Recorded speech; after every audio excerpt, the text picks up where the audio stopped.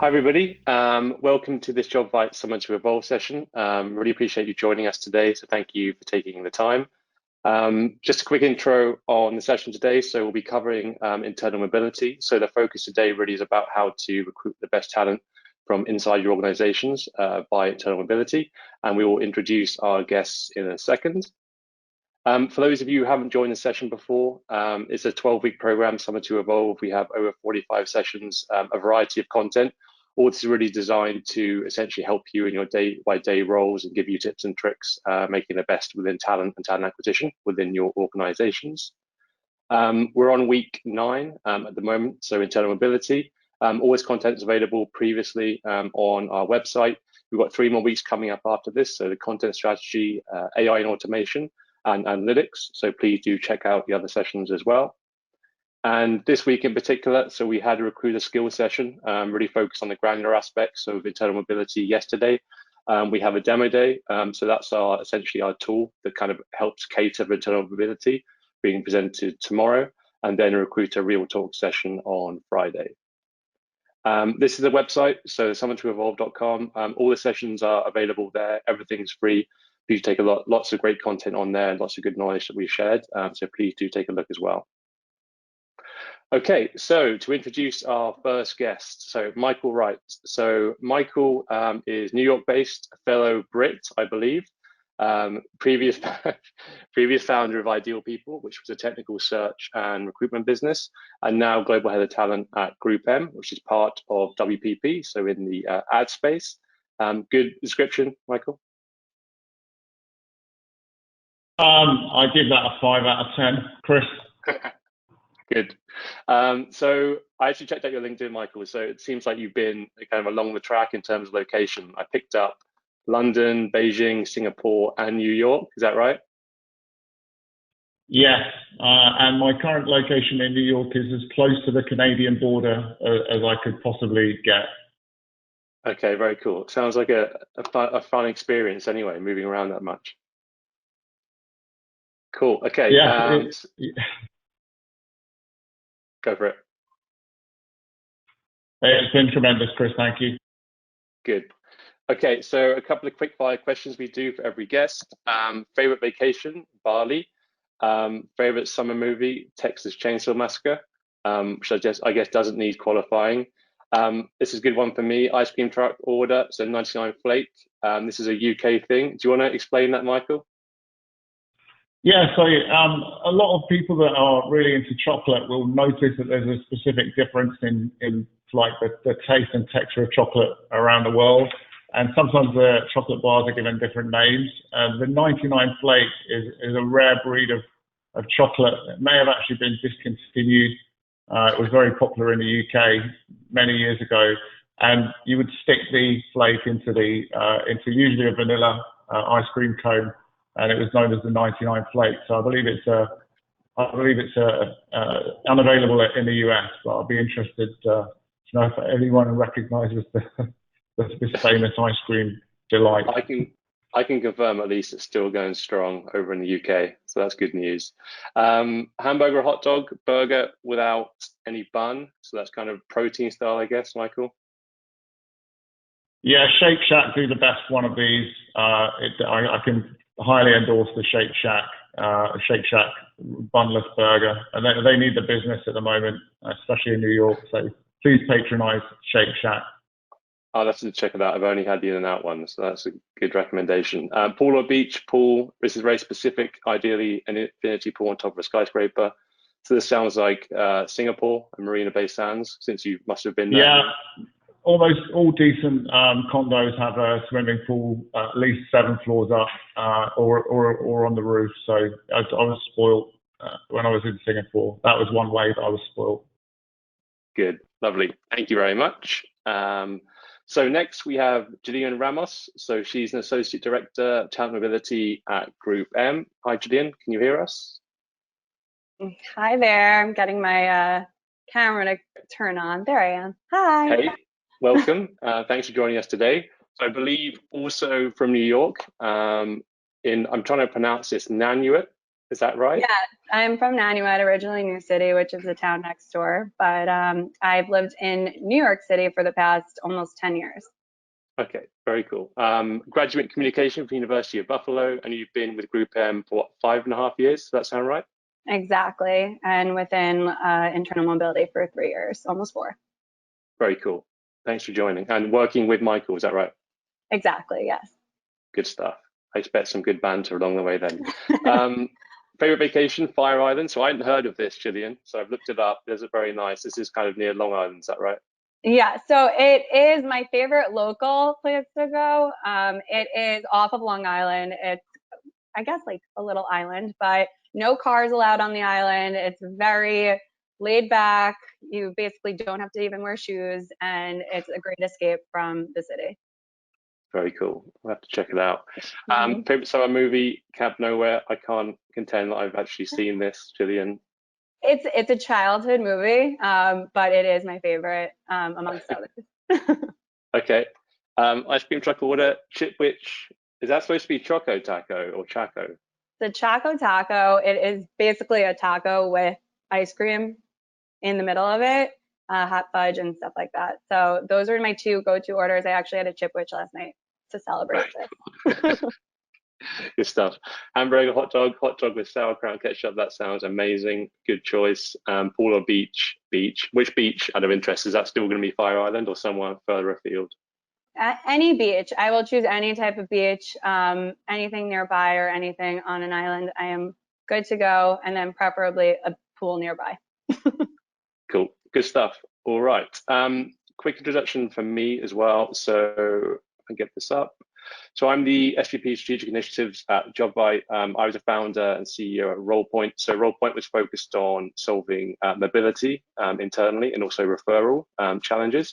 So we worked for about 6.5, 7 years building a platform around these things. So we got to see lots of different client kind of issues and really the process internally that we were looking to fix through technology. So hopefully that's a good base for the discussions today. Before we get started, questions please ask by the GoToMeeting Q&A panel. We'll get round to them. We'll probably answer them in stream if you have anything, but please do reach out. Social insights, you can tag us with Jobvite S2E on any social media platforms. And then, as mentioned before, everything's being recorded, so we'll upload this to the website afterwards. Okay, let's get started then. So to kick us off today, I've got some questions. We'll kind of see where the discussion heads, but really the first question is quite high level. So I wanted to focus on intermobility from kind of the macro view. So I guess, what does internal mobility mean to your organization and how does it impact culture? Pretty broad, but what's the feeling there from you guys? Michael, I'll take this one. So as an organization, we are a business of advertising and media investment. So we are a global organization, and we are actually across 80 countries, comprised of 12 agencies altogether and under one larger umbrella. So we really pride ourselves overall and are responsible really for shaping the next era of media and also advertising to better our people. So when you think about it, and when we put GroupM in the mix, having 12 agencies under one roof, really with separate clients, separate P&L, our structure altogether is, and relating to internal mobility, it really is preventing mobility if you really look at it. So yeah. With the advertising industry, and it being so prone to turnover, we really looked deeper into our structure overall. And by doing so, I think that we really had to look at changing culture altogether and how we can fit together more so and really make it a place where internal mobility is not difficult to do at all. My role in particular, I lead our internal mobility program. And when going into this role, I was very, very, I was looking more so at changing that culture and building more of the culture within our organization. So I really wanted to shy away from any type of stigma that internal mobility had to it and really make something more of a transparent program, one that really focuses on the development of people, skill sets, skill mapping, the value of an employee, and just overall, yeah, steering away from those stigmas altogether. Great, that's a good summary. Anything to add to that, Michael? No, I would just like to add that we historically and around the world, we have been extremely recruitment and TA focused, with the exception of the last couple of years. That's meaning, when I say focused, that means that all the investment really, and all of the money and all of the tools and all of the resources has been going towards TA. And, Gillian and I, mostly we have really good days at GroupM, but when we don't, we remind ourselves that internal mobility is the single biggest opportunity that we have, in particular, because as Julian pointed out, we're structured in a way that there are separate companies inside of GroupM with all their own P&Ls, and so it's we're not naturally structured to like a Procter & Gamble or a Unilever, who may have an easier head start, because they kind of all belong to one company. It's ultimately it's one P&L. So yeah, it's the single. How do we feel about it? It's the single most important part of our talent strategy. It has the potential to lift us and differentiate us among our competitors, who none of whom have solved for internal mobility at all. Yeah, and that's really interesting to hear from you, Michael, as well, given you've got oversight over all the sources. It's like one of those basic stats you do that when you look at the internal population who's, filling roles, it's so high, but there's so little kind of structured around it typically in organizations. So it's kind of important to have that focus. But I mean, that said, would you guys feel that, has it ever been a word of mouth process, or has it always been structured? Because I see that as one of the biggest barriers, is it's kind of tap on the shoulder culture, which I've seen in companies I've worked for.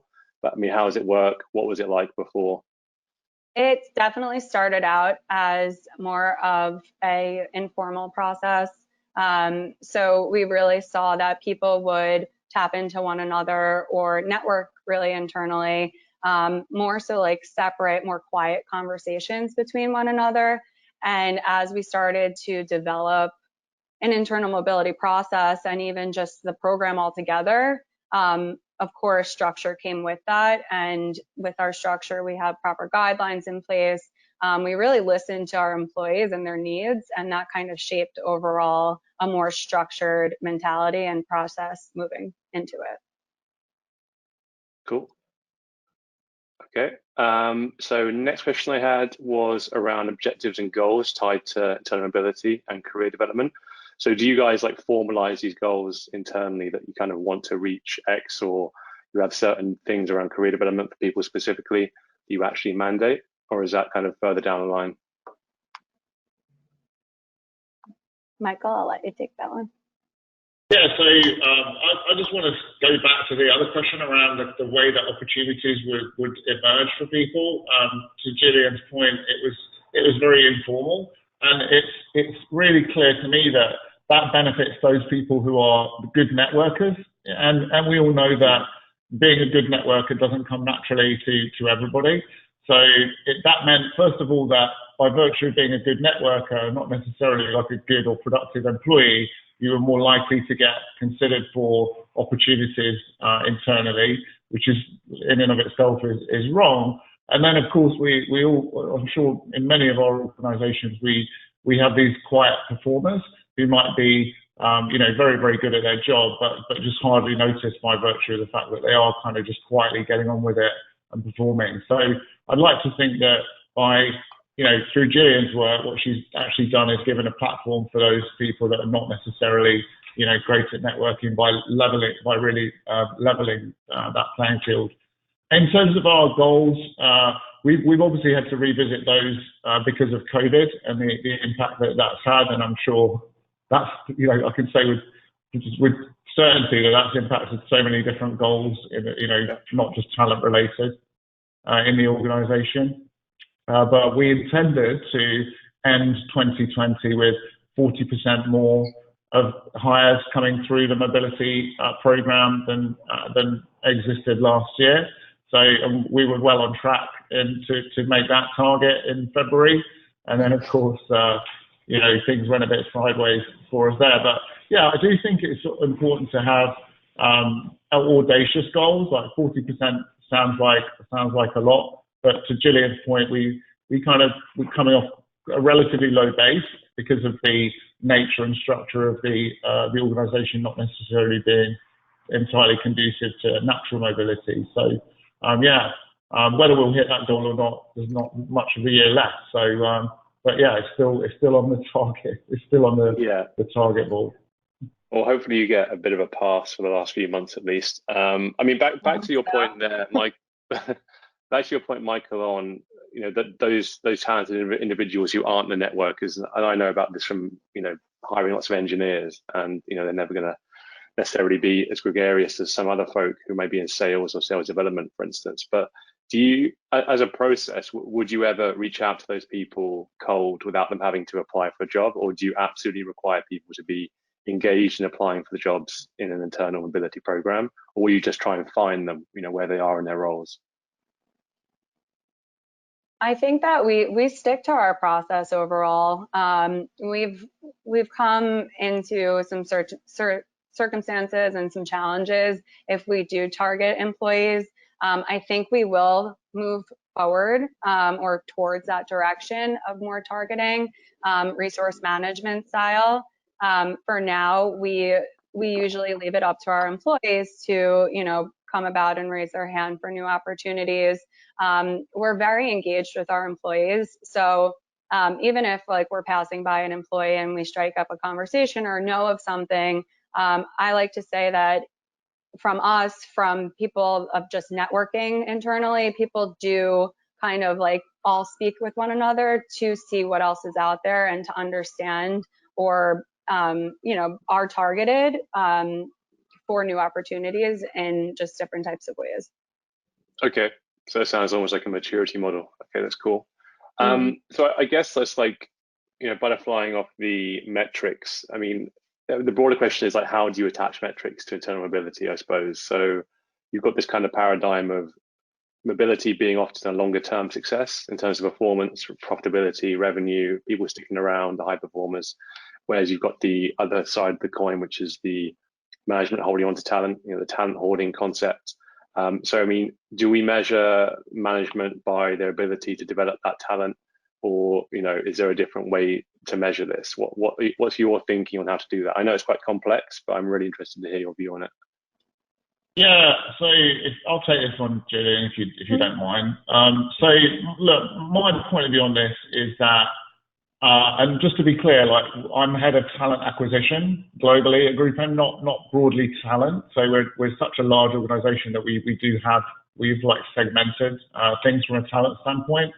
I believe that the design of the system of performance management needs to include incentives for talent mobility specifically, and I think that it's incumbent upon the talent leaders to redesign the incentives within that system.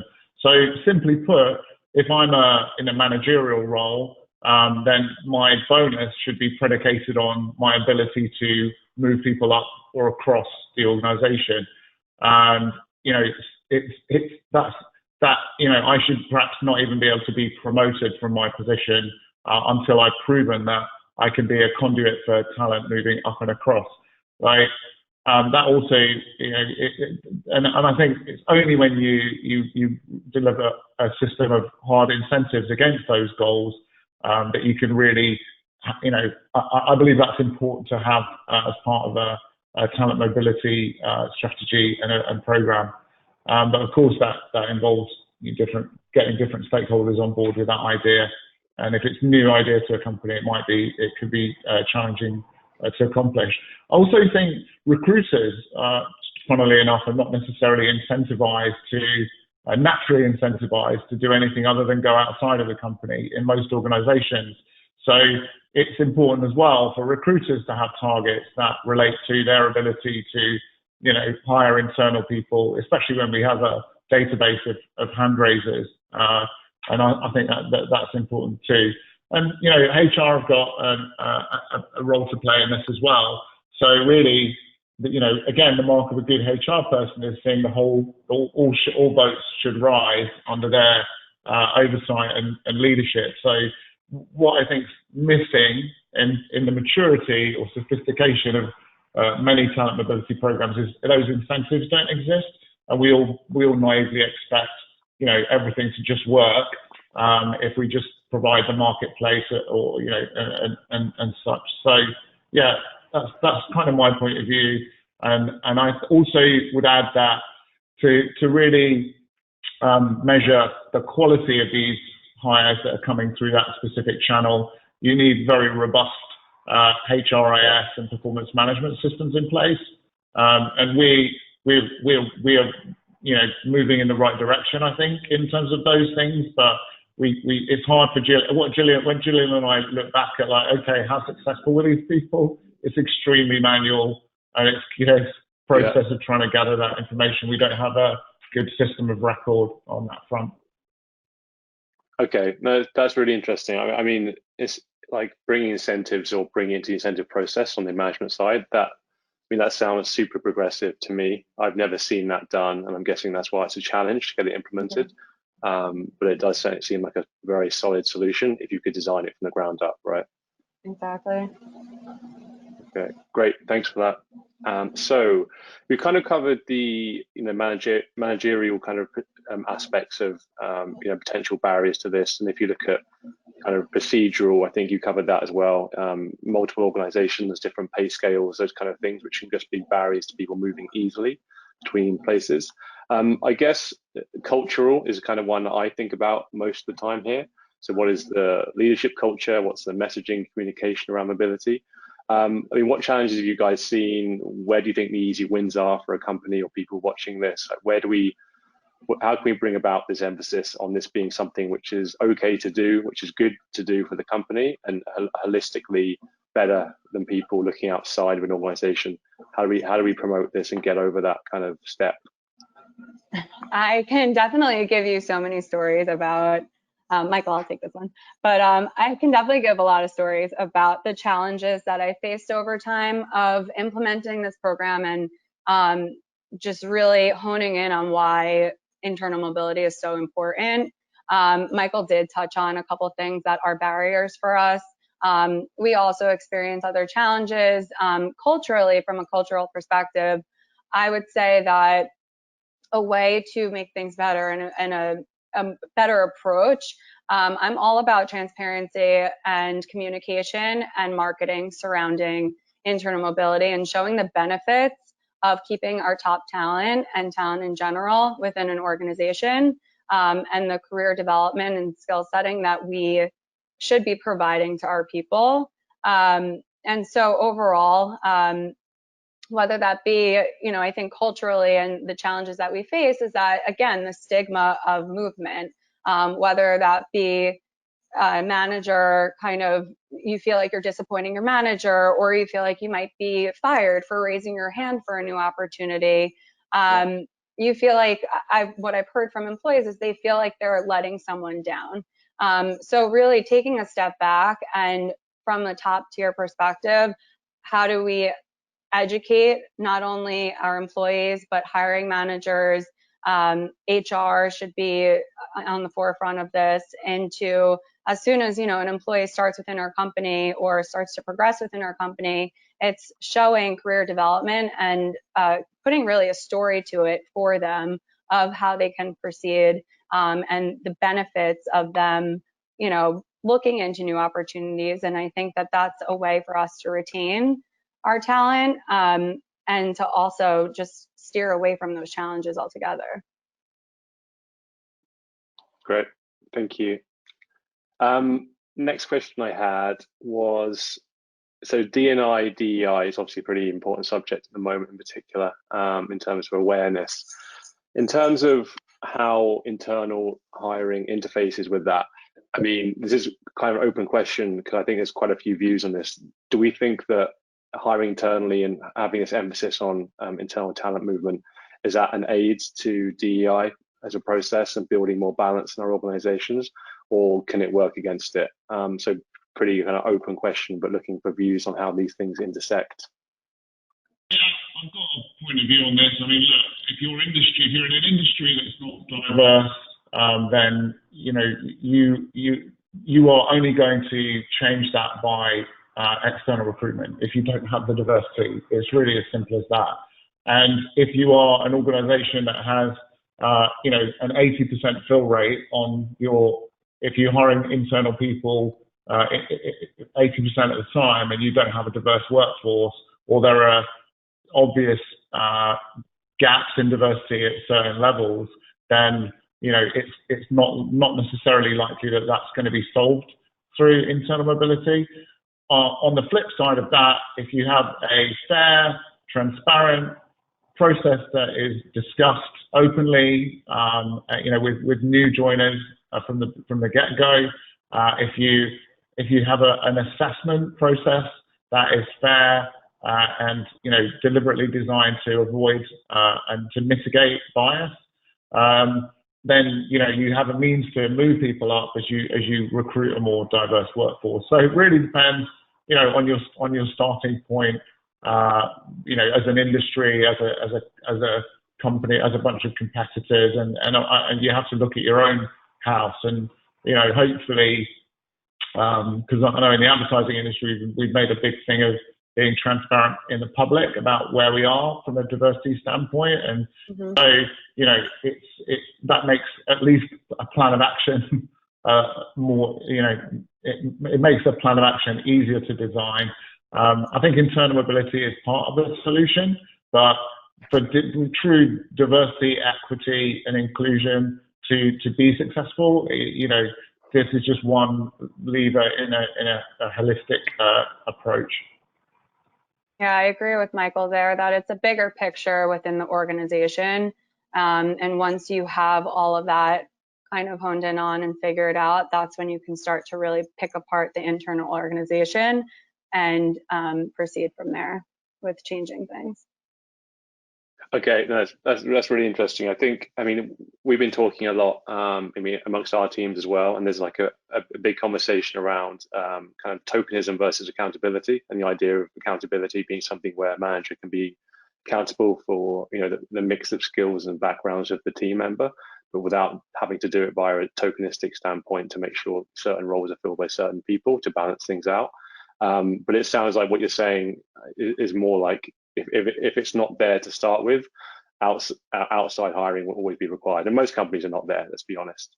So it's going to be a mix of different sources, right? Exactly. Okay, cool. Thank you, guys.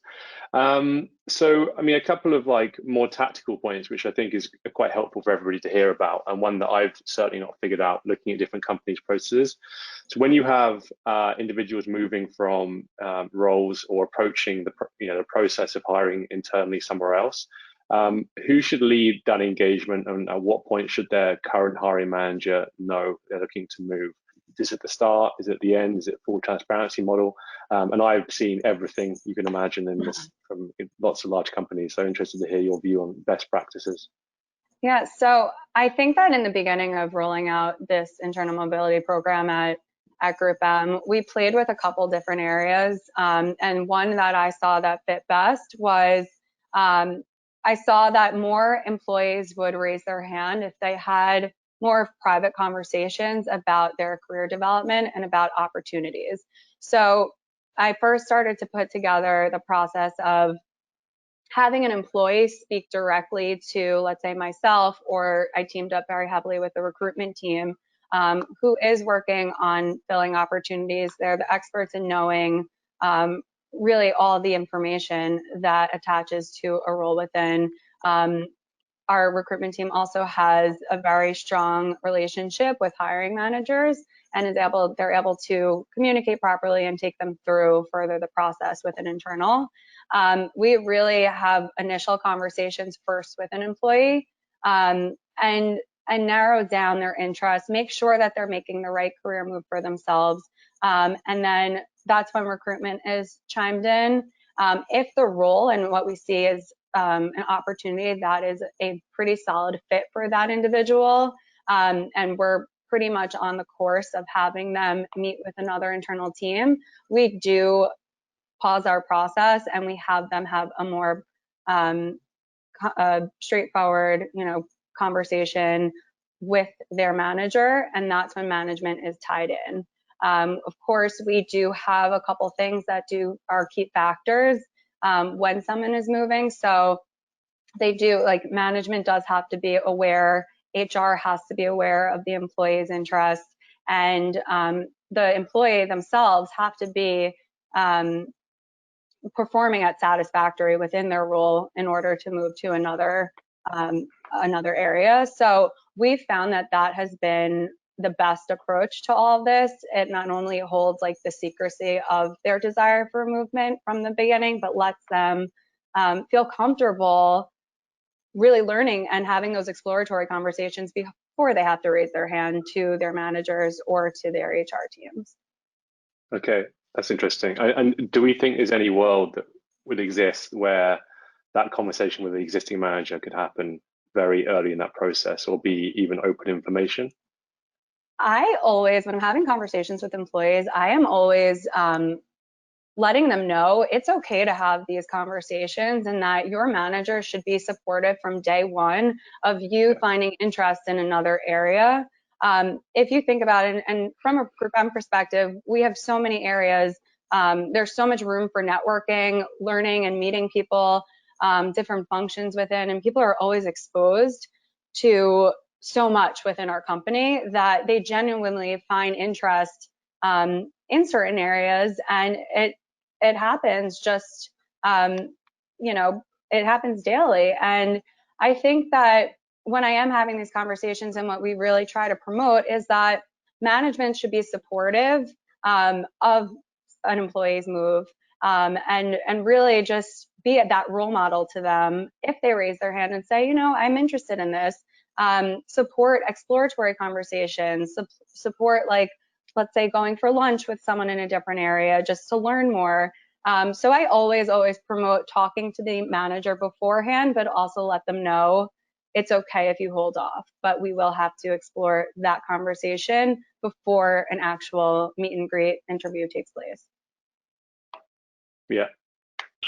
We have the luxury of having a Gillian, and I think that I do feel that is a luxury. I'm very sure that not every company, not every person attending this call is going to have like a go-to mobility person. I would say that the next best thing is probably the recruiting team and not HR, and I think that I feel that way because from I don't know that HR have necessarily done enough to earn the trust of employees, and they're often considered people to just maintain the status quo. Certainly, I'm not speaking about GroupM here, but I know in many organisations, HR are not trusted, and they are, again, mostly because probably the incentives are not there for them to, necessarily see people moving in a different direction, and they just maybe want to keep things the same. So in my view, if you have a mobility person, great, that's an ideal solution. But internal mobility, I think more and more is coming under the purview of talent acquisition leaders, and it's coming out of that traditional HR camp. I don't know if you've seen that, Chris, because obviously you're out there talking to different companies all the time, but as I attend conferences and stuff, I tend to see more people that have TA plus mobility in the title. And of course, the other piece to this, the other professional organization in a company that relates to mobility is resource management. And that's another area that we at GroupM are investing in, which is more about capacity management, who's running hot, who's running cold, and being able to intervene. And that will be a separate organization that will partner with Gillian and in turn partner with talent acquisition as well. So we're kind of taking mobility in a different, a slightly different, more maturity, I think, to the design of it.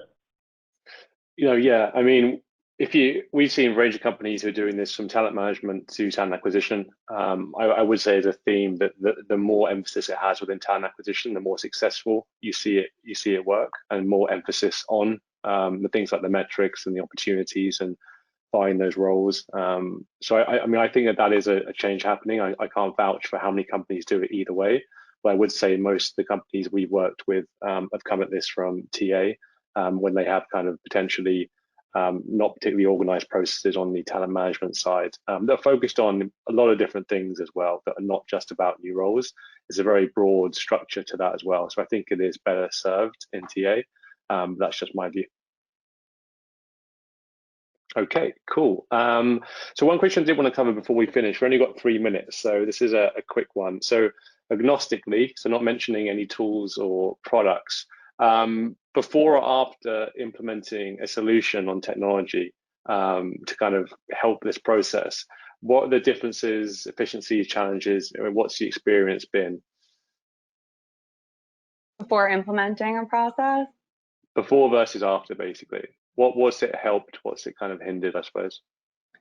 Oh, well, before, I think Michael stated, a lot of the process was manual, and it was a lot of tracking and staying on top of conversations and interviews and overall just our people in general. And we have tremendously made a turnaround by implementing a system. We only implemented a system in January of this year, late January, and by February, our numbers were the engagement was through the roof. So this has been tremendous, a tremendous experience of just having something to work in and having something that our people can go to view opportunities, to reach out, to apply directly. So COVID happened, so it took a little bit of our time away from having a system, but it really changed things just within those 2 months of really working in it. Great. Thank you. Yeah, 100%. I'd say, sorry, Chris, I would say like, it's horrible, trying to track this kind of thing manually. It's the size of the company that we are. With 6,500, people in the US, it's just impossible. And so, Julian was just like, had so many spreadsheets. And I would say that if I was to give advice to someone that was thinking about a system, I would say ensure that you're not creating another talent silo, like another separate bucket. Like whatever you do pick, it needs to ideally be something that integrates, natively or very seamlessly with your applicant tracking system. And I would say the other piece of advice I would give to people considering an internal mobility platform is, design with the most important user first. Obviously, there are lots of stakeholders, but I think the most important user, it's not recruitment, it's not HR, it's not the hiring manager, it's the employee. So ensure that your design, it removes barriers, doesn't create barriers. That would be like top tips, I suppose. Great. Thanks, Michael. And we did have one question coming quickly, which we'll try and do as quick as possible. From Gillian, do you have a talent readiness program to prepare employees before they can move to their next role? So we require 6 months in their current role or in their role that they've moved into in order for another piece of movement to take place. Every situation is case by case, but we generally say that someone should be in their role for 6 months before movement can take place. Okay, great. Okay, guys, we're up on time. So thank you, Michael. Thank you, Julian. That was super helpful. Really appreciate you jumping on and sharing all your knowledge. So on that note, I'll say goodbye and we'll roll into the next set of the presentation. Thanks, guys. Thanks for having us. Okay.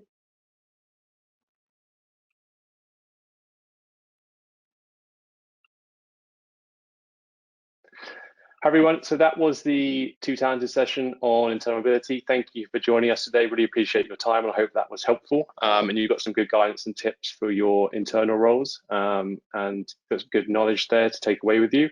So just a quick reminder on Jobvite. So we have a range of tools that help within talent acquisition. So internal mobility is one of those tools, and we work closely with companies like GroupM to help them build this new culture within the organization.